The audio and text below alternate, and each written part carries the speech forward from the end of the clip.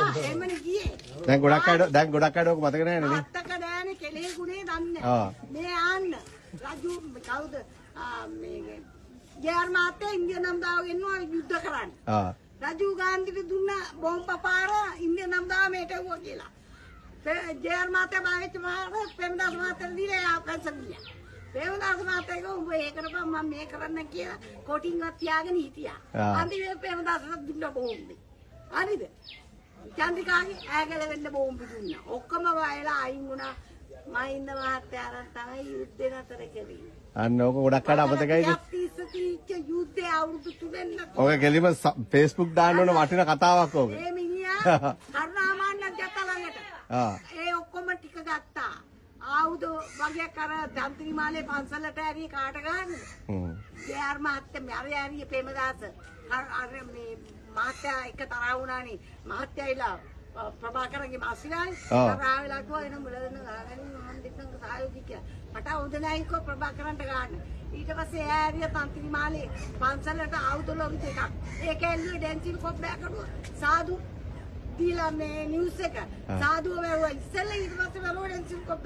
කඩුවා ඔය කතාව ගෙල්ලු මෙයා මාධ්‍යයකට යවන්න ඕන. මම අවුරුදු 60ක දේවල් කියන්නේ නෑ. මේ අතර මේ බාද්ද සාකච්ඡාවකට යවන්න හොඳයිනේ. අම්මා සිරිගඩ. යාද දන්නේ නැහැ නේ අතර වෙලා. අතර බලන්නකෝ. ඔයගොල්ලෝ දන්නේ නැතිව ඔව් නැත් අපි දන්නේ නැහැ නේද? ජේ.ආර් මහත්තයාට එව්වා රජීව් ගාන්ධි ඉන්දියානු නමුදාව. ඉන්දියානු නමුදාව එව්වා කියලා ප්‍රභාකරන් මොකද කරේ? ඩයසෝරාවට කියලා අරකට බෝම්බ තිබ්බා. රජීව් ගාන්ධිට. එයා මැරිච්ච ගමන් ජේ.ආර් බැලුවා මටත් දෙනවා පාර. මෙන්න ප්‍රේමදාසගේ නිවෝලියම් වගනින් කියලා එයා වැඳින්දියා.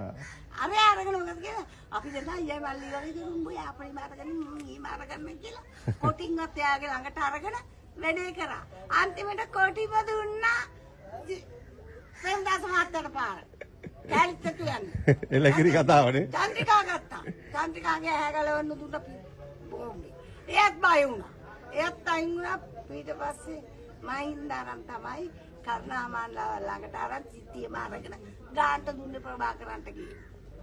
ඒ මිනිස්සුන්ව මතක නැහැනේ. මිනිස්සුන්ව මතක නැහැ ඔය. කරුණාමාන්ලාගේ තමයි සිද්ධියම ගත්තේ ගහන්නේට. අන්න.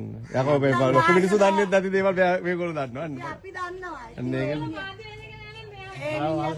මෙයාම ගෙනේ මාධ්‍ය සාකච්ඡාවට ගෙනියන්න මම මේක තමයි නියම කතාව මේක. ඔව්. නොදන්නේ ඔකල නොදන්නේ මම. නෑ අතට අපි දන්නේ නැහැ තමයි. ඕන කෙනකින් ආලා බලන්න.